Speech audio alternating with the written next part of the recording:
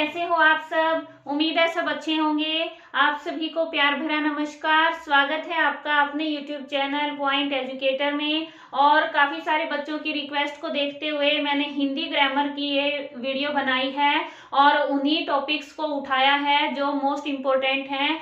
और मैंने जो वर्ड्स लिए हैं समझाने के लिए, एग्जाम्पल लिए हैं, वो भी ऐसे ही लिए हैं जो आजकल चलन में हैं, यानी थोड़े से डिफिकल्ट लेवल रहता है। ठीक है, तो ये वीडियो आपके लिए बहुत फायदेमंद होने वाली है, एग्जाम में आपकी हेल्प करेगी। तो सबसे पहले करेंगे हम जो प्रत्यय और उपसर्ग हैं वो टॉपिक करेंगे। तो वो किसका पार्ट है? शब्द रचना का। शब्द रचना। अब शब्द रचना से समझें, शब्द क्या है। शब्द मेनली 2 प्रकार के होते हैं रचना के आधार पर, रूढ़ और यौगिक। ठीक है, जो यूज ज्यादा होते हैं। तो ये क्या है? रूढ़ होते हैं सरल, तो ये तो किसी के योग से बनते ही नहीं, सरल होते हैं, उनका अपना अर्थ होता है। और यौगिक क्या होते हैं? मेल से बनते हैं। अब यौगिक शब्द हैं वो 4 प्रकार से बनते हैं। कैसे बनते हैं? उपसर्ग से, प्रत्यय से, संधि से और समास से। ठीक है, 4 प्रकार से बनाए जाते हैं यौगिक शब्द। इन चारों के योग से बनते हैं। अब इसके बाद बात करें कि उपसर्ग क्या है और प्रत्यय क्या है। पहले हम ये टॉपिक करेंगे। उपसर्ग और प्रत्यय हैं, इनको शब्दांश कहते हैं।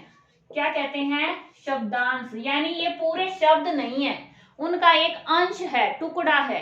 तो अंश है तो इसका मतलब क्या है? इनका अलग से यूज नहीं होता।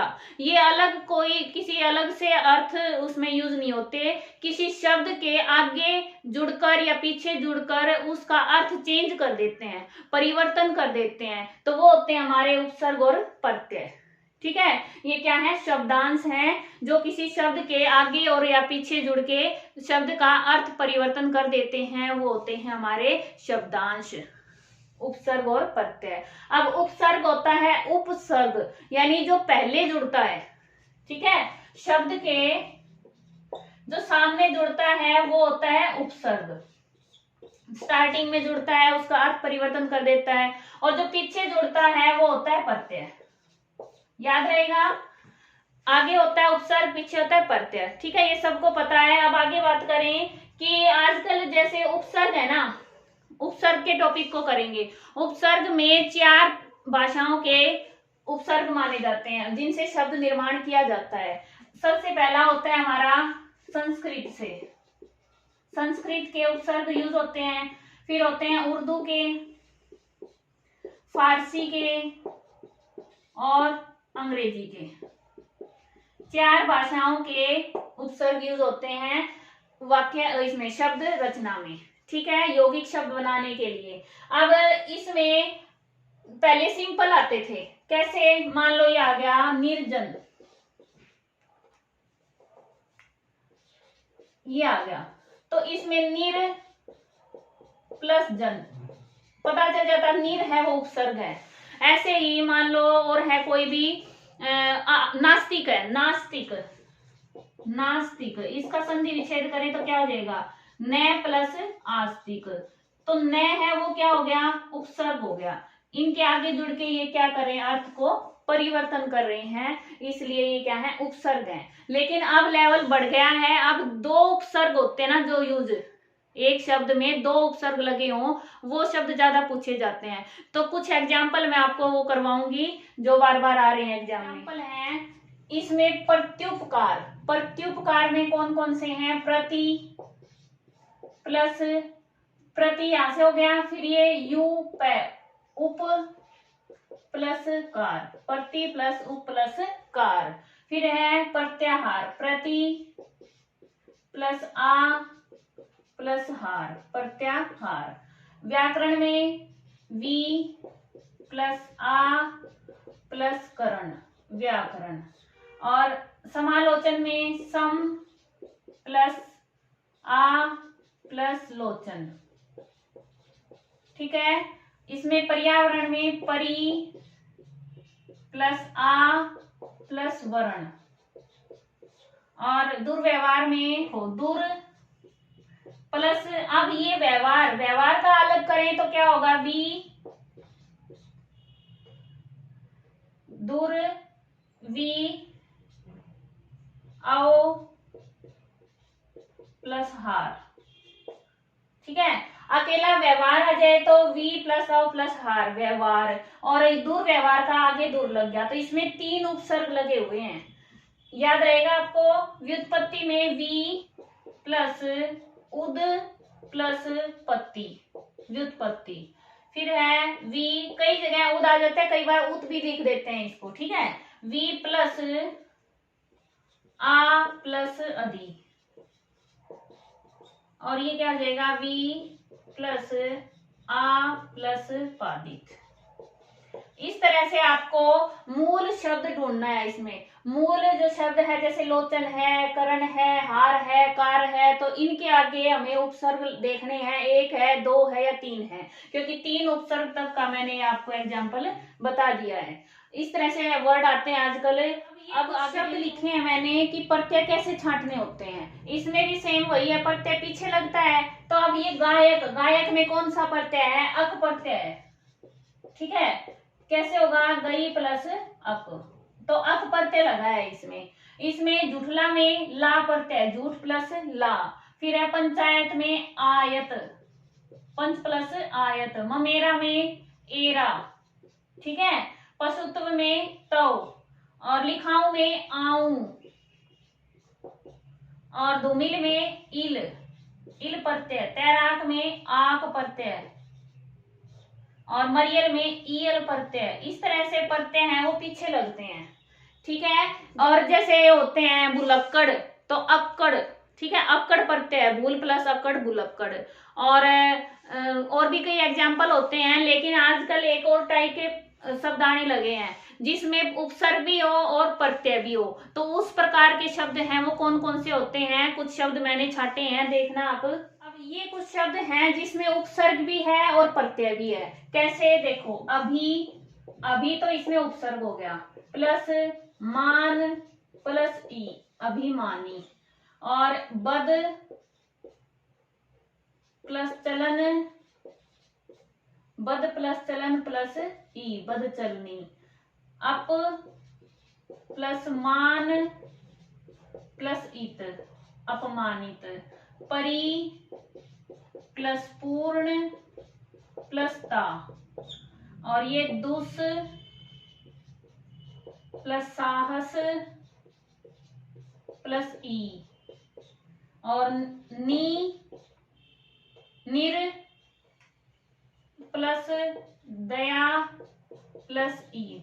ठीक है, इस तरह से ये वर्ड हैं, इनमें उपसर्ग भी है और प्रत्यय भी है।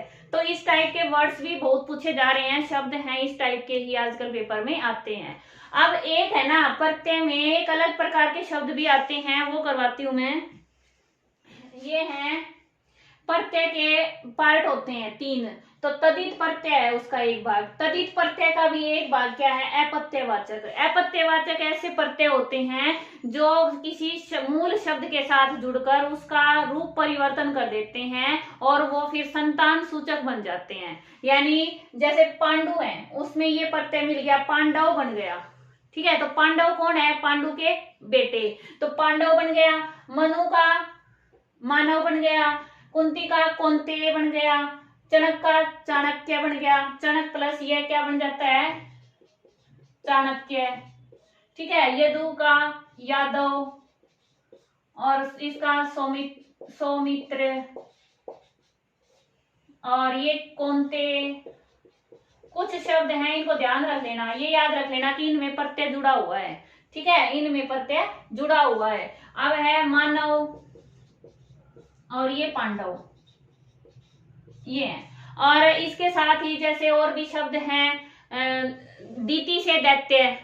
दैत्य किससे बना है, दीति शब्द है उसका मूल, दीति, दीति से दैत्य बना है। और जनक से जानकी बना है। ठीक है, तो इस तरह कुछ शब्द हैं, उसमें मूल शब्द पूछ सकते हैं कि भाई इनमें मूल शब्द को, सौमित्र में कौन सा है, सुमित्रा है मूल शब्द, यदु है, इसमें चाणक में चणक है। तो ये आपको ध्यान रखना है, इंपॉर्टेंट है, इसलिए मैंने आपको बता दिया है। अब बात करें संधि की, तो संधि का टॉपिक है, वैसे काफी लेंथी है, मैं सिर्फ एक बार वही बता रही हूँ कि संधि है वो 3 प्रकार की होती हैं, सभी को पता है। स्वर संधि, व्यंजन संधि और विसर्ग संधि। तो आजकल ऐसे क्वेश्चन आते हैं कि जैसे 4 ऑप्शन है, उनमें संधि विच्छेद भी कर देते हैं, संधि भी दे देते हैं साथ में, और उनमें से जो गलत है उसको छांटना होता है हमें। या तो ये स्वर संधि बता दें स्वर संधि कौन सा नहीं है, या व्यंजन संधि कौन सा नहीं है। तो जो स्वरों के मेल से बने शब्द वो क्या होता है, स्वर संधि। व्यंजन में व्यंजन व्यंजन भी हो सकते हैं, स्वर स्वर भी हो सकते हैं, वो सारे व्यंजन में आ जाएंगे। विसर्ग में विसर्ग के मेल से बनते हैं। तो ये आप अपना टॉपिक मैंने आपको इम्पोर्टेंट में बताया था, आप कर लें, क्योंकि इसके जो वर्ड हैं वो बहुत ज्यादा हैं। और आप समास है, समास में भी आपको मेन पॉइंट ही बताऊंगी मैं। समास है, सबसे पहले समास होता क्या है, संधि और समास में अंतर क्या है। संधि है वर्णों का मेल और समास है शब्दों का मेल। ठीक है, संधि है वर्णों का मेल, समास है शब्दों का मेल।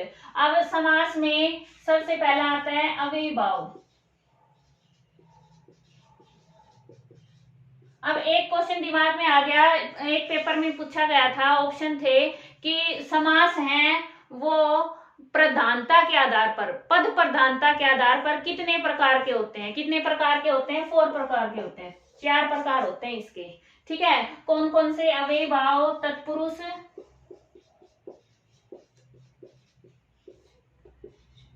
फिर होता है हमारा द्वंद्व, और 4th नंबर पे होता है बहुव्रीहि।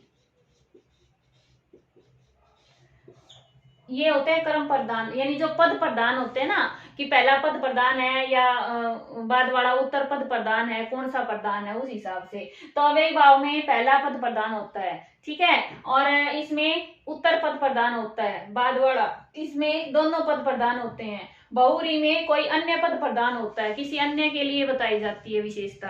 अब इसके कुछ एग्जाम्पल करेंगे, जो मोस्ट इंपोर्टेंट है सिर्फ वही करेंगे। ठीक है, अब देखो पहला शब्द है नाक। अब आप सोचोगे नाक भी कोई शब्द है जिसका समास हो सकता है। ठीक है, तो इसीलिए ये वर्ड लिया है। मैंने भी जब देखा तो ये मुझे पता चला कि नाक है वो समास का एक शब्द है, समास में हम उसको तोड़ सकते हैं। कैसे, ये देखो, न अक है जिसमें, तो कौन सा समास हो गया, बहुव्रीहि। कौन सा है ये, बहुव्रीहि। ठीक है, न अक है जिसमें। अब अक का मतलब क्या है, ये यहाँ पे दुख, यानी जहां दुख नहीं है, क्या है वो, स्वर्ग। तो ये किसके लिए यूज हुआ है, नाक वर्ड स्वर्ग के लिए। स्वर्ग है वो नाक शब्द भी होता है उसके लिए। ठीक है, तो नाक का क्या आएगा, न अक है जिसमें, स्वर्ग, बहुव्रीहि समास। ठीक है, इसके बाद है सुकेसी। सुंदर केस हैं जिसके, चांद के लिए भी यूज होता है, जो जिसके लंबे बाल हो, सुंदर केस हो, उस स्त्री के लिए भी यूज होता है। फिर है सुलोचना, सुंदर लोचन है जिसके, तो ये बहुव्रीहि के एग्जाम्पल हो गए हमारे। मीनाक्षी, मीन जैसी आंखें हैं जिसकी, मछली जैसी आंखें हैं जिसकी, वो भी क्या है, सुंदर स्त्री है, तो ये भी बहुव्रीहि समास हो गया। कनफटा, कनफटा, अब कोई तो सोचेगा ये तत्पुरुष है, कौन सा समास है, सोच के देखो। कनफटा है, कान फटे हैं जिसके, साधु के लिए यूज हुआ है, इसलिए ये भी क्या है, बहुव्रीहि है। ठीक है, फिर है राह खर्च, राह के लिए, खर्च, राह के लिए। अब तत्पुरुष में आपको कारक की जो विभक्ति है वो सबको पता है, तो के लिए किसके लिए यूज होता है, संप्रदान। तो ये क्या हो गया हमारा, संप्रदान तत्पुरुष, तत्पुरुष। सारे नहीं लिख रही क्योंकि रिवीजन करवा रही हूं मैं। ठीक है, तो जल्दी जल्दी हो जाएगा। यथास्थान, यथा है ये क्या है, अव्ययीभाव समास हो गया, जिसके आगे प्रत्यय उपसर्ग जुड़े हों, अव्यय हों, वो सब क्या होते हैं हमारे, अव्ययीभाव समास में। फिर है, और इसका विच्छेद करेंगे तो स्थान के अनुसार। न सत्य, असत्य क्या क्या हो जाएगा, न सत्य, ये कौन सा है, न तत्पुरुष, न तत्पुरुष, ये तत्पुरुष का एक भेद है। ठीक है, फिर है भयभीत, भय से भीत, भय से भीत, भी धातु रक्ष धातु संस्कृत में भी आती है ना, भी और रक्ष, रक्षा करना और डरना, इन दोनों में कौन सा कारक होता है, पंचम, अपादान, तो ये कौन सी है? अपादान तत्पुरुष। ठीक है, फिर है कपड़ छान, कपड़े से छाना हुआ, कपड़े से छाना हुआ, तो ये क्या आ जाएगा? करण। तृतीय भक्ति आ गई, कपड़ से, कपड़े से छाना हुआ। ठीक है, फिर है अन्न जल। अब अन्न और जल के बीच में हाइफन है, दो अलग अलग हैं, तो ये क्या है? अन्न और जल, तो क्या हो गया हमारा? द्वंद्व समास। फिर है शताब्दी, शताब्दी में जिसमें संख्या आ जाए वो कौन सा समास होता है हमारा? द्विगु समास, तो ये कौन सा है? द्विगु समास। 100 अवधों का समूह। ठीक है, 100 अवधों का समूह। बेखटके, अब बेखटके, बे क्या है? अलग जोड़ा हुआ है, इसलिए ये है अव्ययीभाव समास, खटके के बिना। गली गली, अब ये सोचो गली गली कौन सा है भाई? इसमें हाइफन भी लगा हुआ है, क्या ये द्विगु है? द्वंद्व है? द्विगु नहीं, सॉरी, द्वंद्व है? नहीं है ये द्वंद्व, ये कौन सा है? अव्ययीभाव है, एक गली से दूसरी गली। ठीक है, इसका विच्छेद क्या होगा? एक गली से दूसरी गली, गली गली, तो ये क्या है हमारा? अव्ययीभाव समास है। फिर है हर घड़ी, हर है वो भी क्या है? उपसर्ग है, तो ये क्या हो जाएगा? ठीक है, हर है, ये अव्ययीभाव समास हो जाएगा। प्रत्येक, प्रत्येक में प्रति जुड़ा हुआ है, इसलिए ये भी अव्ययीभाव समास हो गया। वेद पुराण, वेद और पुराण, तो ये कौन सा है? द्वंद्व समास हो गया। फिर है हमारा जल जात, जल जात, जल से, जल में जात, जल में जो उत्पन्न हुआ है, किसके लिए है? कमल के लिए है ये, तो ये हमारा बहुब्रीहि समास हो गया। ठीक है, फिर है जन्म रोगी, जन्म रोगी, जन्म से रोगी, जन्म से जो रोगी है उसको कहते हैं जन्म रोगी, तो ये हो गया हमारा अपादान तत्पुरुष, अपादान है ये। ठीक है, तो इस तरह से हम करेंगे, जो थोड़े से अलग होते हैं ना शब्द, वो पेपर में मोस्टली आते हैं, जो हमेशा हम यूज करते हैं उनसे हटके शब्द उठाते हैं पेपर में, इसलिए हमेशा ऐसे ही शब्द उठाने चाहिए रिवीजन के लिए। और आप किसी बुक से आप रिवाइज कर लेना, मैंने मेन बता दिया है। वैसे तो मैंने बताया कि जो पद प्रधान है ना, प्रधानता के आधार पर 4 हैं, लेकिन वैसे 6 भी हैं। ठीक है, क्यों? जो उसमें कर्मधार्य है, कर्मधार्य तत्पुरुष का एक भाग माना जाता है, और जो और कौन सा रह गया हमारा? द्विगु, द्विगु को कर्मधार्य का माना जाता है, इसलिए 6 हैं। अगर अलग से पूछे तो बाकी प्रधानता के आधार पर, पद प्रधानता के आधार पर 4 हैं। अब है संज्ञा, संज्ञा का टॉपिक बहुत इजी होता है, हम बचपन से पढ़ते हैं, लेकिन अब जो क्वेश्चन आते हैं वो उस लेवल के नहीं आते। संज्ञा 3 प्रकार की होती है, व्यक्तिवाचक, जातिवाचक, भाववाचक। लेकिन जो क्वेश्चन है वो इस तरह से आते हैं कि जैसे मान लो ये पूछ ले कि भाववाचक संज्ञा है वो कितनी तरह की शब्दों से बन सकती है। भाववाचक संज्ञा है वो 5 तरह की शब्दों से बनती है, जैसे जातिवाचक शब्दों से बनती है। जातिवाचक में क्या लें? मनुष्य, मनुष्य से बन गई मनुष्यता। ठीक है, मित्र से मित्रता, बालक से बालकपन, तो ये बन गए भाववाचक। दूसरा हो गया सर्वनाम से, सर्वनाम में जैसे मम, मम से बन गई ममता, और अपना से अपनापन। ठीक है, अपनापन, तो ये बन गई हमारी भाववाचक संज्ञाएं। फिर है विशेषण, विशेषण से जैसे मीठा से मिठास। ठीक है, लंबा से लंबाई। फिर है क्रिया, क्रिया से जैसे चलना से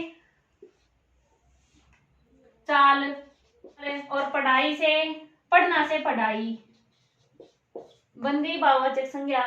फिर अव्यय से, अव्यय से क्या होते हैं? अव्यय जिन पर लिंग वचन का प्रभाव नहीं होता, तो जैसे दूर है, दूर से दूरी, समीप से समीपता। ठीक है, और इस तरह के वर्ड हैं, उनसे ये शब्द बनते हैं भाववाचक संज्ञाएं। तो ये क्वेश्चन आ सकता है कि पेपर में कि भाववाचक संज्ञाएं हैं वो कितने प्रकार के शब्दों से बनती हैं? 5 प्रकार के शब्दों से बनती हैं। अब इसके बाद और 2-3 पॉइंट बताती हूँ मेन जो संज्ञा में याद करने के। पेपर में क्वेश्चन आया था, उसमें सेंटेंस में ये दे रखा था, ऊंचाइयां, अच्छाइयां, और भी कुछ था, एक में था ऊंचाई। ठीक है, उसमें छांटना था कि कौन सा गलत है। अब ये वैसे तो है भाववाचक, लेकिन क्वेश्चन क्या था कि जातिवाचक संज्ञा का प्रयोग नहीं हुआ है, उसमें जो ऊंचाई वाला सेंटेंस था वो हमें छांटना था, क्योंकि बाकी सारों में क्या थी, बहुवचन का प्रयोग था। तो जब भाववाचक संज्ञा बहुवचन में हो, इस तरह से हो, तो वो क्या हो जाती है, जातिवाचक संज्ञा का काम करती है। तो जातिवाचक संज्ञा कब बन जाती है भाववाचक, जब उसका बहुवचन प्रयोग किया जाए। और एक बात है कि जैसे जातिवाचक संज्ञा है, जातिवाचक संज्ञा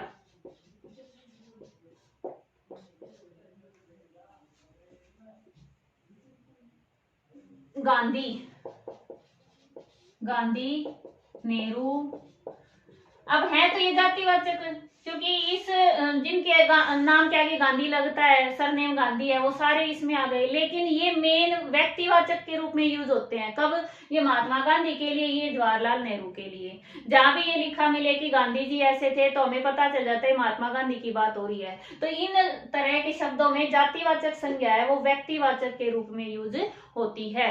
अब होती है हमारी एक व्यक्तिवाचक संज्ञा, व्यक्तिवाचक संज्ञा है वो कब जातिवाचक बन जाती है, जब हम व्यक्तिवाचक संज्ञा का इसमें एक वाक्य में प्रयोग करें तो जातिवाचक कब बन जाती है। जैसे मान लो सीता है, ठीक है, सीता, सीता शब्द क्या है, व्यक्तिवाचक है। लेकिन जब इसको ये कह दें कि अब घर घर में सीता है, या फिर एक वो भजन सुना होगा आपने कि अब हर घर में रावण बैठा, इतने राम कहां से लाऊं, तो यहाँ पर राम और रावण है तो व्यक्तिवाचक है ना, लेकिन जो प्रयोग उसकी जो सेंस निकल रही है सेंटेंस की वो क्या है, जातिवाचक, कि इतने सारे रावण है, इतने सारे राम कहां से लाऊं, तो वो क्या बन गया यहाँ पर, जातिवाचक। तो सेंटेंस को पढ़कर, वाक्य को पढ़कर उसके अर्थ को समझने की कोशिश करना, आपको आंसर मिल जाएगा। ठीक है, इजी होता है, ज्यादा मुश्किल नहीं होता, लेकिन हमें वो समझना पड़ता है। अब कुछ और बातें, शब्द हैं वो उभयलिंगी होते हैं, यानी ना वो पुल्लिंग में काउंट होते हैं ना स्त्रीलिंग में होते हैं। जैसे मंत्री, डॉक्टर, प्रधानमंत्री, मैनेजर, राष्ट्रपति, बर्फ, पवन, तार, कलम, श्वास, समाज, आत्मा, दही, इस तरह के। इनको जब हम वाक्य में प्रयोग करेंगे ना, तब वहां देखकर पता चलता है कि इसका पुल्लिंग में यूज हुआ है या स्त्रीलिंग में हुआ है। ठीक है, जैसे कोई दही खट्टी है, तो दही खट्टी है क्या हो गया, स्त्रीलिंग में यूज कर दिया। ठीक है, कोई दही खट्टा है, तो दही खट्टा है तो पुल्लिंग में यूज कर दिया इसको। अब मंत्री जी आई थी, तो आई क्या हो गया, स्त्रीलिंग है। और ऐसे कह रहे हैं मंत्री जी आए थे या आएंगे, तो क्या हो गया, पुल्लिंग है। तो इनका जब यूज करते हैं, वाक्य में प्रयोग करते हैं, तब पता चलता है कि हम किस अर्थ में इसका प्रयोग कर रहे हैं। तो जो भी वाक्य आए उसको ध्यान से पढ़कर आप उसमें देखें कि किस तरह इसकी सेंस निकल रही है। ठीक है, और इसके बाद अब हम करेंगे कुछ, एक और बता देती हूँ छोटी सी बात। जैसे कोई शब्द होते हैं, जोरू, वधू, तो इस तरह के जो शब्द होते हैं जिसमें बड़े ओ की मात्रा है, मोस्टली क्या होते हैं, वो स्त्रीलिंग में होते हैं। और करेंगे सर्वनाम के, आप उसके मेन पार्ट कर लेना। ठीक है, सर्वनाम के जो प्रकार हैं वो करने हैं, और निजवाचक ज्यादा पूछा जाता है। अब हम करेंगे विशेषण। विशेषण में एक टॉपिक 2 साल से लगातार पूछा जा रहा है, वो है कि कंपैरिजन, डिग्री ऑफ कंपैरिजन। जैसे इंग्लिश में होती है पॉजिटिव, इंग्लिश का भी एक टॉपिक साथ हो जाएगा, पॉजिटिव डिग्री, कंपैरेटिव और सुपरलेटिव, सुपरलेटिव डिग्री। ठीक है, तो इसमें पॉजिटिव को कहते हैं हिंदी में मूलावस्था, मूल अवस्था, मूलावस्था। ठीक है, फिर है कंपैरेटिव को कहते हैं उत्तरावस्था, उत्तरावस्था, और सुपरलेटिव को कहेंगे उत्तमावस्था। इस तरह से ये हिंदी और इंग्लिश में दोनों में सेम होता है। अब मूल अवस्था क्या होती है, किसी की किसी के साथ तुलना नहीं हो रही। Ram is a good boy, Ram एक अच्छा लड़का है। ठीक है, वो किस में हो गया, मूल अवस्था में। सुपरलेटिव में, इसमें कंपैरेटिव यानी उत्तरावस्था में, राम श्याम से अच्छा है, Ram is better than Shyam, तो देन का यूज होगा इसमें इंग्लिश में।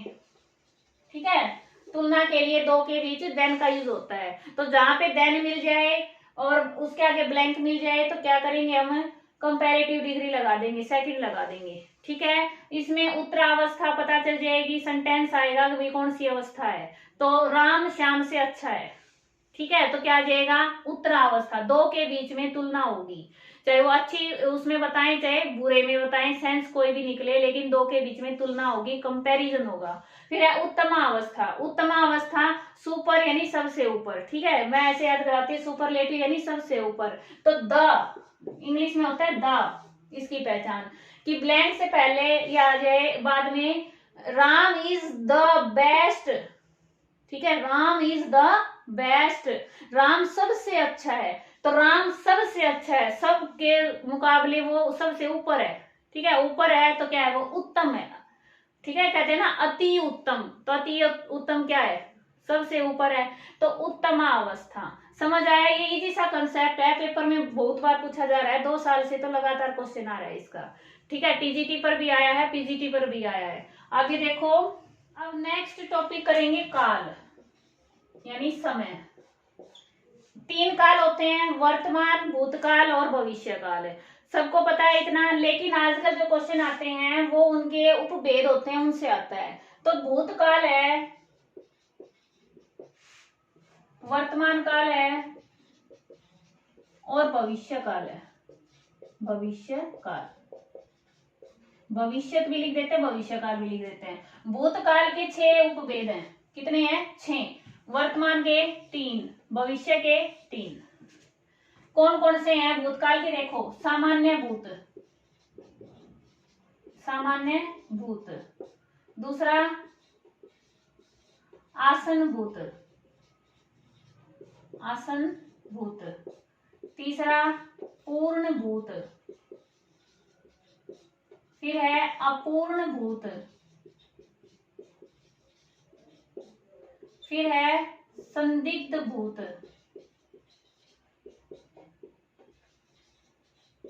फिर है, ये 5th नंबर पे भाई, 6 है हेतु हेतु मद भूत। हेतु हेतु मद भूत। अब है सामान्य भूत। सामान्य भूत क्या होता है कि जैसे मैंने पत्र लिखा, काम तो भूतकाल में हो चुका है। ठीक है भाई, सही बात है। फिर आसन भूत, ये क्या लिख दिया मैंने, भूल, ये आएगा भूत। ठीक है, आसन भूत। आसन भूत क्या होता है, जो अभी अभी हुआ हो, बिल्कुल। जैसे कहीं जा गए हैं हम किसी के घर, वो कहे भाई आप कुछ ले लो खा लो, मैंने खाना खाया है, तो खा लिया ना, पहले खाया है लेकिन अभी थोड़ी देर हुई है, तो ये है आसन भूत। फिर है पूर्ण भूत। पूर्ण भूत की पहले हो चुका है, जैसे श्री राम जी लंका गए थे, हो गया भाई। ठीक है, मैं दिल्ली गया था, तो वो पूर्ण भूत, काम पूरा हो चुका है। फिर है अपूर्ण भूत कि काम भूतकाल में शुरू तो हुआ था, अब ये खत्म हुआ नहीं हुआ, ये है कि वह पढ़ रहा था। ठीक है, वह पढ़ रहा था, रहे थे, उसमें आ जाएगा इस सेंस में अपूर्ण। फिर है संदिग्ध भूत, ये नहीं पता कि भाई वो हुआ या नहीं हुआ, वो दिल्ली गया होगा, किसी ने आपको बता दिया कि वो कल दिल्ली जाएगा, आप 2 दिन बाद किसी को बता रहे हैं फोन पे कि वो तो दिल्ली गया होगा, अब आपको तो नहीं पता ना वो गया नहीं गया, तो संदिग्ध है वो। ठीक है, शक है, संदेह है आपको। फिर है हेतु हेतु मद भूत, ये इंपॉर्टेंट है। हेतु हेतु मद भूत क्या होता है कि एक क्रिया का होना दूसरी क्रिया पर आधारित होता है। एक क्रिया का होना दूसरी क्रिया पर आधारित होता है, वो होता है हेतु हेतु मद। अब भूतकाल की क्रिया है तो भूतकाल भी देखेंगे। जैसे मान लो ये कह दें कि बारिश होती तो फसल अच्छी हो जाती, दोनों भूतकाल की हैं। बारिश होती तो फसल अच्छी होती ना, ऐसे ही अगर अध्यापक कक्षा में आते तो बच्चे चुप हो जाते, तो दोनों भूतकाल की हो गई। एक क्रिया है वो दूसरे के ऊपर निर्भर है, तो ये होता है हेतु हेतु मद भूत। हेतु होता है कारण। ठीक है, तो इसे याद कर लेना, हेतु हेतु मद भूत। अब है वर्तमान काल। वर्तमान काल और भविष्य काल में 3 भेद होते हैं। वर्तमान में सबसे पहला हो गया सामान्य, दूसरा हो गया अपूर्ण, अपूर्ण वर्तमान काल, और तीसरा होगा संदिग्ध, संदिग्ध। अब इसमें देखो क्या होगा, सामान्य, सामान्य तो पता है, मैं मैं खेलता हूँ, मैं स्कूल जाता हूँ, तो ये आ जाएंगे सामान्य में। ठीक है, जा रहा हूँ। फिर अपूर्ण, अपूर्ण में रहा हूँ, अभी पहुंचा नहीं हूं। अभी मैंने बोला ना सेंटेंस, मैं स्कूल जाता हूं, तो वो तो हो गया सामान्य। मैं स्कूल जा रहा हूं, तो घर से तो निकल लिया, स्कूल में नहीं पहुंचा है, जा रहा हूं। ठीक है, निकलने की कोशिश में है, तो अभी है ये अपूर्ण हो गया। रहा है, रहे हैं, रहे थे आ जाए तो अपूर्ण भूत, और है आ जाए तो अपूर्ण, ये हो जाएगा हमारा वर्तमान। ठीक है, फिर है संदिग्ध। संदिग्ध यानी संदेह है। अब मान लो कि हम घर पे हैं और कोई आपके भाई को या और किसी को पूछने आ जाए, तो आप क्या कहोगे? वो खेल रहा होगा, यही कहोगे ना। तो वर्तमान है, वो खेल भी रहा है, लेकिन आपको कंफर्म नहीं है वो खेल रहा है और कुछ कर रहा है, वह खेल रहा होगा। तो ये क्या है? हमारा वर्तमान काल है। ठीक है, वह चला गया होगा। अब कोई दूसरे रूम में बैठा है, तो उसमें बैठा है, हमें नहीं पता क्या कर रहा है, नहीं कर रहा, तो क्या कहेंगे? वह खेल रहा होगा, वह टीवी देख रहा होगा। यानी हो तो वर्तमान की बात रही है ना, लेकिन हमें कंफर्म नहीं है, संदेह है इसमें। अब है भविष्य काल। भविष्यत काल में क्या होता है? भविष्यत लिख देती हूँ मैं, ठीक है, कंफ्यूजन ना हो जाए आपको। तो भविष्यत काल में सबसे पहला तो सामान्य, दूसरा होता है संभाव्य, और तीसरा होता है हेतु, हेतु मद, मद भविष्यत काल। ठीक है, भविष्यत काल। अब सामान्य तो वैसे ही है, जैसे हम पढ़ते हैं कि भाई मैं जाऊंगा। ठीक है, फिर संभाव्य है, हो सकता है मैं जाऊं, अभी तो पता ही नहीं है, या शायद आज बारिश आएगी, तो संभावना है, आएगी, आई तो नहीं है ना, तो संभावना है। फिर है हेतु, हेतु मत भविष्यत काल। सेम ऐसे ही है कि भाई एक जो क्रिया है उसका प्रभाव दूसरे पर पड़ेगा। अब जैसे ये है कि एक वाक्य आया था पेपर में, अगर पति पत्नी एक दूसरे को समझें तो उनका जो गृहस्थी जीवन है वो अच्छा सफल हो सकता है। तो ये क्या है? हेतु, हेतु मद भविष्यत काल है।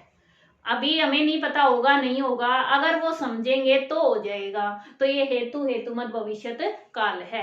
तो एक क्रिया का प्रभाव दूसरी पर पड़े तो वो क्या होता है? हेतु, हेतु मद।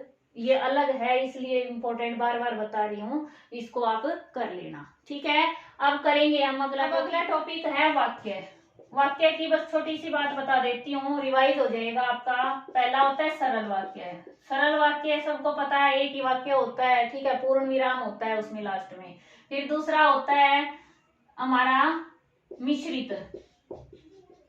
मिश्रित जो है वो होते हैं, उसमें एक होता है प्रमुख वाक्य है, और दो या दो से अधिक या एक से अधिक क्या होते हैं? उपवाक्य होते हैं। तो उपवाक्य होते हैं वो आश्रित कहलाते हैं। तो मिश्रित और आश्रित, मैं तो इससे याद करती हूँ भाई। ठीक है, इसमें आश्रित वाक्य होता है एक, जैसे ये कहते हैं ना, उसने कहा कि, फिर आगे कुछ बताएं, तो उसने कहा हो गया। अब वो पूरा तो उसका अर्थ अकेला नहीं है, क्या कहा वो आगे बताएंगे। तो इस तरह से होते हैं ये। फिर है थर्ड संयुक्त वाक्य, जो और, परंतु, किंतु इनसे जुड़े ना, वो सारे संयुक्त वाक्य में आ जाएंगे। यानी उसमें आश्रित और प्रधान वाक्य नहीं होते, दो या दो से अधिक वाक्य हैं, उनको हम जोड़ते हैं योजक के द्वारा। समझ आई? तो इसके बाद अब अगला टॉपिक करेंगे शुद्ध अशुद्ध। अब शुद्ध अशुद्ध शब्द हैं, उसकी तो मैंने 100 शब्द की एक वीडियो डाल रखी है, लेकिन अब टीजीटी और पीजीटी पर वाक्य आने लगे हैं। प्राइमरी लेवल पर तो वो शब्द ही काफी हैं, लेकिन पीजीटी टीजीटी पर वाक्य आते हैं, और ऐसे ही कुछ वाक्य मैंने आपके लिए छाटे हैं, और कोशिश की है कि शायद उनमें से भी आ जाए, या फिर आपको समझ में आ जाए कि कहाँ मिस्टेक होती है। देखिए, ध्यान से पढ़ना, आप साथ साथ देखना कि कहाँ गलती है। मेरे को अपनी पुस्तक देकर जाना। अब सबसे जो बड़ी गलती होती है ना, बोलने में भी करते हैं। आजकल बच्चे बोलते हैं मेरे को ऐसा नहीं करना, तेरे को क्या, ठीक है, करते हैं ना। तो ये सबसे बड़ी मिस्टेक होती है बोलने की, भाषा की। मेरे को ऐसा कोई शब्द नहीं होता, क्या होता है? मुझे। क्या आएगा यहाँ? मुझे अपनी पुस्तक देकर जाना। हम आपके घर कल आएगा, अब ये अपने साउथ में ज्यादा चलता है, वहां पर ऐसे बोलते हैं, हरियाणा में तो फिर भी समझ जाते हैं, हम आपके घर कल आएंगे। क्या करेंगे? यहाँ पे आएंगे। ठीक है, हमने इसको विचार लिया, हमने इसको विचार लिया। क्या करेंगे? हमने इसे विचार लिया। ठीक है, हमने दिल्ली से मुंबई जाना है। अब हमने की जगह क्या आएगा? हमें। क्या आएगा? हमें दिल्ली से मुंबई जाना है। मेरी निगाह मेरे मित्र की ओर थी। इसमें क्या आएगा? अब मेरी और मेरे, मेरी निगाह अपने मित्र की ओर थी, अपने आएगा यहाँ पे। ठीक है, भगवान उस मृत आत्मा को शांति प्रदान करे। इसमें कौन सी अशुद्धि है? मृत आत्मा नहीं बोलते, दिवंगत आत्मा।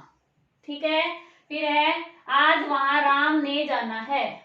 अब इसमें कौन सी अशुद्धि? आज वहां राम को जाना है। मैंने आज जाना है, मैंने की जगह क्या आ जाएगा? मुझे आज जाना है। उसका भाई सेक्रेटरी लगा हुआ है। इसमें क्या शुद्धि है भाई? सही लग रहा है मुझे तो। आप देखो, उसका भाई सेक्रेटरी, अब लगा हुआ लगाने की क्या जरूरत है भाई? ठीक है, तो ये नहीं आएगा, सीधा ये आएगा, उसका भाई सेक्रेटरी है। हमें प्रतिरोज स्नान करना चाहिए। अब इसमें क्या गलती है? हमें हर रोज स्नान करना चाहिए। ठीक है, इस तरह से इसमें गलती छांटनी होती है। किसी में उपसर्ग, इसकी सर्वनाम की गलती होती है। ठीक है, मोस्टली सर्वनाम की गलती मिलती है। और देखें 10 सेंटेंस और करवा देती हूँ। सभा में उपस्थित हर एक सदस्यों का यही मत था। अब आपको इसमें कोई गलती दिख रही है? देखो, सभा में उपस्थित हर एक सदस्य, इसमें गलती है। प्रत्येक, हर एक की जगह क्या आएगा? प्रत्येक, सदस्यों की जगह सदस्य, प्रत्येक सदस्य का यही मत था। इन सबों ने काम नहीं करना, ये ऐसे सेंटेंस भी यूज करते हैं आजकल। इन सब ने, सबों नहीं आएगा, इन सब, ये अपने आप में बहुवचन है। ठीक है, तो इन सब ने काम नहीं करना, उसकी ख्याति सारे देश में है। अब इसमें क्या गलती है? दिख रही है कोई गलती? मुझे तो दिख रही है। उसकी ख्याति सारे देश में फैली हुई है, फैली हुई है, ये आएगा, इसलिए ये गलत है यहाँ पे। ठीक है, भयानक दृश्य देखकर प्राण निकल गया। क्या आएगा? प्राण निकल गए, बहुवचन में प्रयोग होते हैं प्राण। कल तुम्हारा पिताजी मिला था। क्या कहेंगे? कल तुम्हारे पिताजी मिले थे। ये दो गलती हो गई इसमें। वहां अनेकों लोग उपस्थित थे। क्या आएगा? अब अनेक हैं, वो खुद बहुवचन है, तो अनेक आएगा यहाँ पे। वहां अनेक लोग उपस्थित थे। तितली के सुंदर पर होते हैं, क्या होते हैं? पंख होते हैं। क्या आएगा यहाँ पे? पंख। कृपया करके मेरी बात सुनो। क्या गलती है? कृपया करके नहीं, कृपया मेरी बात सुनो। ठीक है, ये नहीं आएगा यहाँ पे। तुम तुम्हारे घर अभी चले जाओ, तुम तुम्हारे घर अभी चले जाओ। भाई अभी तो और पढ़ना है, थोड़ा सा नहीं जा रहे हम। तुम अपने घर, यहाँ क्या आएगा? अपने घर अभी चले जाओ। बच्चों से गुस्सा मत करो। ठीक है, तो क्या आएगा? बच्चों पर गुस्सा मत करो। इस तरह से हमें छांटने होते हैं कि उसको शुद्ध वाक्य कौन सा है। कई बार जैसे ये पूछ लेते हैं, भैया शुद्ध छांटो, शुद्ध छांटो, अपने हिसाब से कर लेना। मैंने आपको एग्जाम्पल दिए हैं। ठीक है, इसके बाद अगला टॉपिक करेंगे। अब हम जो स्वर और व्यंजन आते हैं, उसमें मेनली क्या होते हैं कि पहले हम करते थे हर स्वर, दीर्घ स्वर, प्लुत स्वर, वो नहीं आते अब। उसका थोड़ा सा लेवल हाई है, और ऐसे ऐसे वर्ड उठा के देते हैं कि कंफ्यूज हो जाते हैं, तो वो टॉपिक और करेंगे। अभी ये कर रहे हैं ना, इस तरह के क्वेश्चन आते हैं आजकल, जो आपने सुने कम होंगे, बुक्स में मिलते भी नहीं है। मैंने ये काफी मुश्किल से ढूंढ के कई बुक्स में से एक वीडियो बनाई थी, चैनल पर है वो, वर्ण विचार के उसमें। ठीक है, तो वो देख सकते हैं अगर आपको डीप पढ़ना है तो। मैंने मेन पॉइंट लिखे हैं, लेकिन आज आप जैसे कल पेपर है जिसका, तो उसके लिए टाइम कम है, परसों है, तो आप देख लें उसको अच्छे से। अब है स्वर, स्वर 11, मात्राएं 10। क्यों? ए की मात्रा ही नहीं होती, ठीक है, तो याद रखना ये स्वरों की मात्राएं होती हैं, तो मात्रा 10 है, स्वर 11 है। फिर अयोगवा कौन से होते हैं? अनुस्वार और विसर्ग हैं, ये अयोगवा कहलाते हैं, अनुस्वार और विसर्ग। अब अनुस्वार के साथ एक वर्ड और आता है अनुनासिक। अनुनासिक क्या लिखूं? यहां लिख देती हूँ, अनुनासिक। अब अनुनासिक की जो होती है वो होती है चंद्र बिंदु, होता है ना, और अनुस्वार होता है सिर्फ बिंदु। तो अनुस्वार है ये कहाँ लगता है? ये व्यंजन के साथ लगता है। क्या लगता है? व्यंजन के साथ। अनुस्वार, इसका जो स्वर है, इसका उच्चारण है वो बाद में होता है, अनु यानी बाद में। कैसे? जैसे ये है कंपन, तो कम के में पेन है, ठीक है, और ये व्यंजन की प्रकृति मानी जाती है, यानी व्यंजन के लिए यूज होता है, व्यंजन के साथ यूज होता है कंपन। और अनुनासिक होता है, ये स्वरों की प्रकृति है, ठीक है, ये याद रखना। आप अपने अनुसार ये कभी वर्ड भी ध्यान देना कि अनुनासिक कहाँ का लगता है, तब आपको क्लियर हो जाएगी। फिर है उत्क्षिप्त व्यंजन। उत्क्षिप्त व्यंजन है ये 2, और भाई ये इतनी बार पेपर में पूछा गया है कि मोस्ट इंपोर्टेंट है। इसी को गृहीत कहते हैं, इसी को गौण कहते हैं, इसी को ताड़ित कहते हैं, और एक बार ताड़न जात शब्द भी आया था। तो ये इसको कहते हैं डै और ढै। जो हमारे डै और ढै के नीचे नुक्ता लगती है, नुक्ता होती है जो नीचे बिंदी लगती है, इसको नुक्ता कहते हैं, ठीक है। तो ये नुक्ता लगती है ना डै और ढै के, वो होते हैं हमारे उत्क्षिप्त व्यंजन, गृहीत व्यंजन यानी ग्रहण किए हुए, ताड़ित व्यंजन, गौण व्यंजन, इन सब के नाम है ये, इन 2 के ही। और ये मोस्ट इंपोर्टेंट है, याद रख लेना, ठीक है। उत्क्षिप्त का मतलब वैसे होता है उठाकर नीचे फेंकना। तो जब इनका हम उच्चारण करते हैं ना, तो हमारी जीवा है ये ऊपर उठती है, फिर एकदम झटके से नीचे गिरती है, इसलिए इसको उत्क्षिप्त व्यंजन कहा जाता है, याद रखना इसको। और ये कभी भी जो सेंटेंस बनाते, वर्ड बनाते हैं, शब्द बनाते हैं, उसकी स्टार्टिंग में नहीं आती, ये बीच में या लास्ट में आते हैं, ठीक है। संयुक्त, संयुक्त व्यंजन सबको पता है, अक्षर, त्र, श्र। अब जो श्र है, श्र, इसको संयुक्त भी कहते हैं, मिश्रित भी कहते हैं। तो एक ऐसा वर्ड ये है, व्यंजन है जिसको संयुक्त और मिश्रित दोनों कहा जाता है, वो है श्र।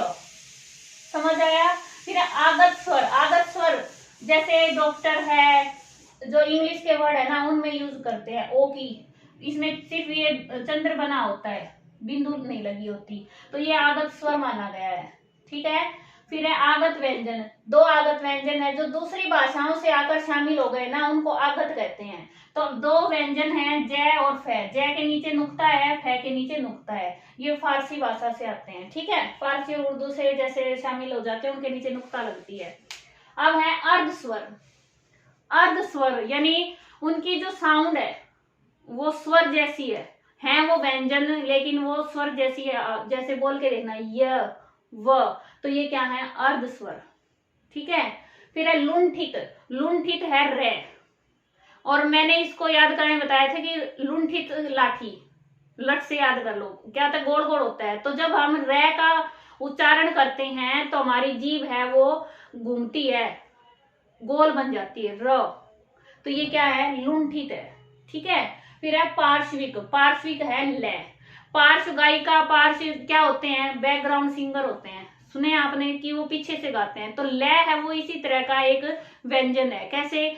लय जब बोलते हैं तो हमारी जीभ है वो सामने के हिस्से को कवर कर लेती है, और जो आवाज है वो पीछे से आती है, साइड से आवाज से निकलती है, ठीक है। बोल के देखो ल, तो ल से आगे की जो है हमारा जो ये जगह है, इसको जीभ कवर कर लेती है, तो पीछे से साउंड आती है, इसलिए इसको पार्श्विक कहते हैं, ल, ठीक है।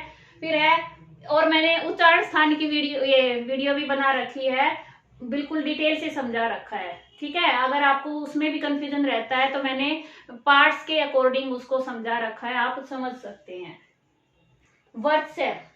अब वर्त्स्य है, ये भी नया शब्द यूज किया है। जो दंत मूल होते हैं ना, जो दंत और दंत के मूल से बोले जाते हैं, उच्चारण स्थान में जो दंत मूल से बोले जाते हैं उनको वर्त्स्य कहते हैं। इसमें स, ल, ज, र। ज के नीचे नुक्ता है यहाँ पे, ठीक है। ये होते हैं वर्त्य, ये अलग है, इनको याद रखना। स्वर तंत्रीय, ह स्वर तंत्रीय, इसको कहते हैं स्वर तंत्रीय, अलग है ये भी एक, यानी इस टाइप के क्वेश्चन आते हैं। अब फिर है द्वित्व व्यंजन। द्वित्व व्यंजन क्या होते हैं? दो द्वित होते हैं, दो द्वि जहां लगता है, दो कब बताते हैं? तो एक ही व्यंजन दो बार लिखा जाए, यानी एक आधार एक पूरा, कच्चा पक्का, इस तरह से। फिर है वर्ण संयोग। वर्ण संयोग यानी एक आधा है दूसरा पूरा है लेकिन सेम नहीं है। इसमें क्या सेम व्यंजन होता है, एक ही होता है, इसमें अलग अलग होते हैं। फिर है व्यंजन गुच्छ। व्यंजन गुच्छ क्या होता है कि व्यंजन का ही होता है, पै और तय, पै व्यंजन है, तय भी व्यंजन है। इसमें स्वर भी हो सकते हैं, व्यंजन भी हो सकते हैं, दोनों होते हैं, लेकिन व्यंजन गुच्छ में सिर्फ व्यंजन होते हैं, ठीक है। और फिर है हमारा ये खत्म हो गया इतना। तो इस तरह से ये जो है आपकी, इसका आप स्क्रीनशॉट ले ले और इसको एक बार सुबह भी रिवाइज कर लेना, ठीक है। मोस्ट इम्पोर्टेंट है ये, और ज्यादा इम्पोर्टेंट ये हैं, ये मोस्ट इम्पोर्टेंट में आते हैं। एक ये है, एक ये है, और वर्ग से भी पूछा गया है, स्वर तंत्रीय भी एक बार पेपर में आया है, काफी बार पेपर में क्वेश्चन आ चुके हैं। और इसके साथ ही एक रहता है हमारा जैसे उच्चारण स्थान है, बाकी जो हमारे पर्यायवाची हैं, विलोम शब्द हैं, ये तो काफी सारी वोकैबुलरी है, और इसकी कुछ वीडियोस मैंने प्रोवाइड करवा रखी हैं, जो इम्पोर्टेंट मुझे लगते थे वो मैंने करवा रखे हैं। टाइम है तो अपना देख लेना। और आज के लिए इतना ही, आपकी रिक्वेस्ट थी इसलिए मैंने ये कोशिश की है। अगर पसंद आई हो तो प्लीज लाइक करना ना भूलें, और किसी की मदद भी करें शेयर करके, क्योंकि ये हर एग्जाम में आता है, सिर्फ एस्टेट में नहीं, ये सभी एग्जाम में आते हैं आजकल, इस तरह के क्वेश्चन पूछे जाते हैं। थैंक्स फॉर वॉचिंग, आपका दिन शुभ हो, धन्यवाद।